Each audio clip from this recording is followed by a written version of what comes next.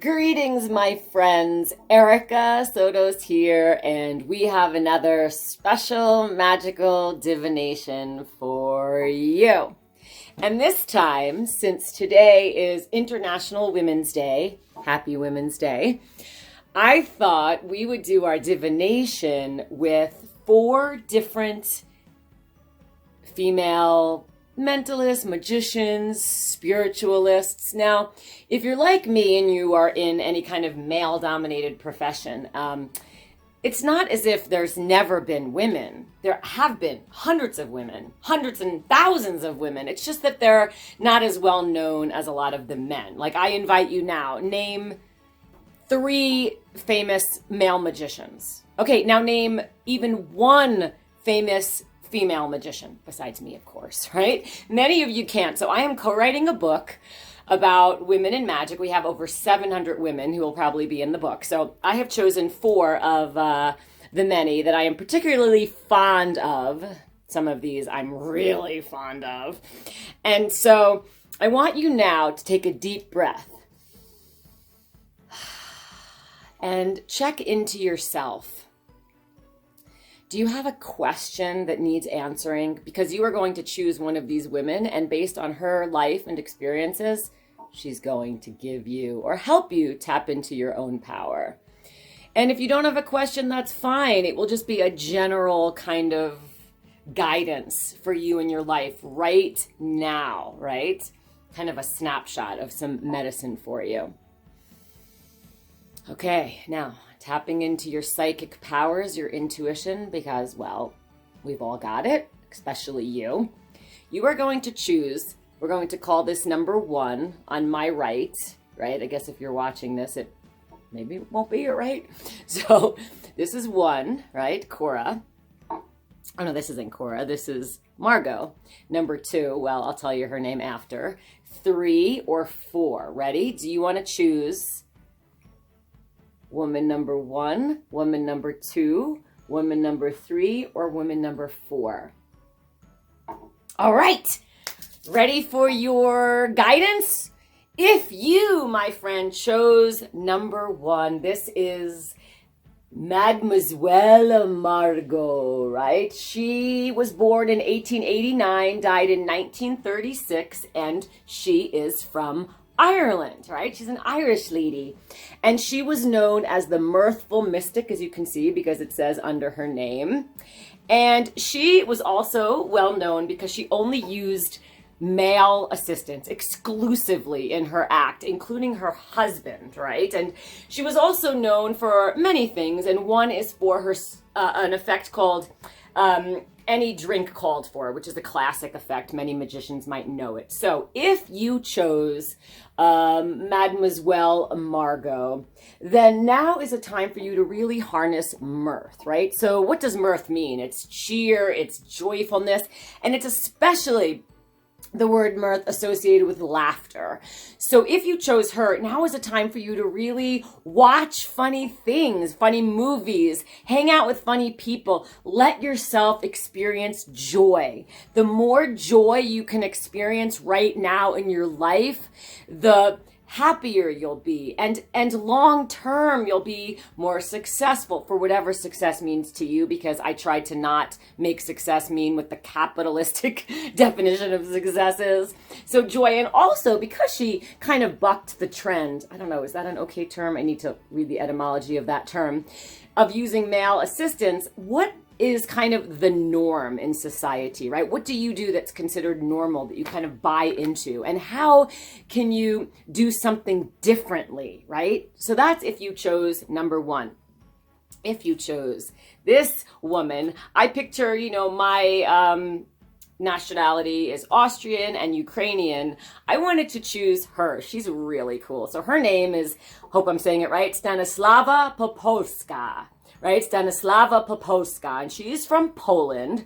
She was born in 1893, and she was very well known for her production of ectoplasm. Can you see that coming out of her mouth? It is her head, but it's her mouth. Now, I am really fascinated by ectoplasm, and I really plan to work on an effect where I produce ectoplasm, because I think it's really freaking badassy cool. And so she also did psychokinetic movement of objects. And for her phenomenon started when her friend died. So simultaneously, she saw the spirit of her friend, Sophie M., right? And did I say this? She was born in 1893. We don't actually know when she died. And she's from Poland. And so as she became a spiritualist, she would exclusively use her friend as her guide, right? As her medium was Sophie M. And she'd sometimes use a little Polish boy. And she was also the, her psychic abilities were tested quite a lot. So if you chose Stanislava Podolska, now is a time for you to produce something, right? In honor of ectoplasm. It doesn't matter. It could be something really profound, a poem, a piece of art, but it doesn't need to be producing something. And again, doesn't have to be where you achieve money or fame. Just create. Now's the time for you to use your creativity. And also, being that she had her friend Sophie M., I'm sensing that, and Sophie M., who died, and she saw her kind of phantom at that same moment she died, I would say now's the time for you to either help a friend in need, or there is a friend from the other side who is trying to communicate with you and has some wisdom to share with you. Now, this is Madame Cora de la Monde. Madame Cora de la Monde. So if you chose her, I will tell you what it means. She died in 1902. We don't actually know when, or I don't know, and I can't find anywhere when she was born. And she was the first woman to tour New Zealand and Australia. And she did a lot of different things in her act, right? She used cards. She was very great at card manipulation. She also gave prizes to the audience. She did the linking ring. She did the trouble wit. A lot of you performers will know what that is. If you don't, you could look it up. It's a trouble wit. She performed also with borrowed effects. Right? She did lots and lots of different things. She was very known for her signature effect, which was called Couch of Angels, where she levitated her sister. And later in life, she moved to South Africa and she became a magic dealer. So she did a lot of different things. So if you chose Madame Cora de la Monde, right, who was number 3, now is a time for you to really, I would say, based on who you chose, not focus. This woman did a lot of different things in her life, right? In the 1800s. So what are your hobbies? Do you like flowers? Do you like science? Do you like, just let yourself explore the myriad, the plethora that is you and your creativity and your passion, right? Just do a lot of different things right now. You don't need to focus, right? Have fun, go with the flow.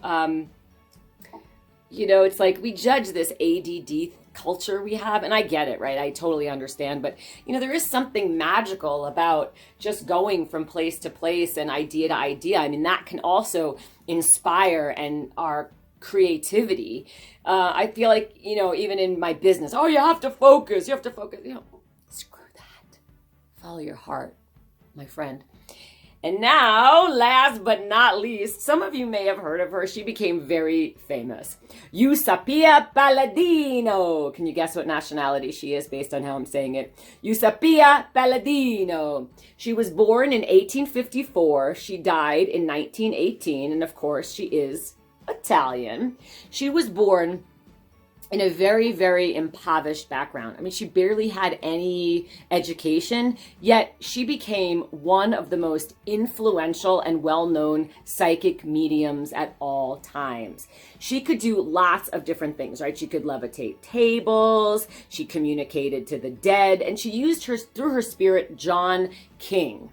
And Eusapia Palladino's powers were said to have come from sort of a nervous, energetic force. Like they said, she wasn't able to control her nervous system in a normal way, right? Which caused these exceptional powers that she had. I find her abso-freaking-lutely fascinating, as I do so many of the women that are in our book. I mean, it's just amazing. Ectoplasm, please. So if you chose number 4, right? You sapia paladino. It's really a fun name to say. I would say, what is it about yourself? Think about that now if you chose her, and I'm asking you, what is it about yourself that you don't like, right? What do you say? God, I wish like for me, I wish I wasn't so disorganized. That's just one of the things, right? But how can you use those qualities differently, right? Because all of us, all of you, whether it's what you love or what you don't love, makes you who you are. So the things that you struggle with, right? Whether it's actions, habits or thought patterns, also creates the beautiful, wonderful, unique being that is you. So I would say, look at that and write about the blessings and really celebrate the parts of yourself that you struggle with and let them out. Let them out, my friend. Let them out. And I'm also, because she communicated through this spirit John King, I'm thinking of this idea of king, right? And kings in the tarot, they are the ultimate of their essence, right? So what are you the king of? The king, the queen, it doesn't matter your gender, right?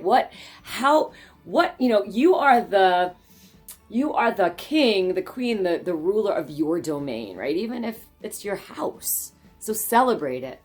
And now I hope whoever you chose, 1, 2, 3, 4, the medicine of this beautiful woman, her magic, and what she contributed to the world helps you moving forward in your life right now. And we also celebrated International Women's Day by learning a little bit about some of the women in my profession, from the lineage that I come from.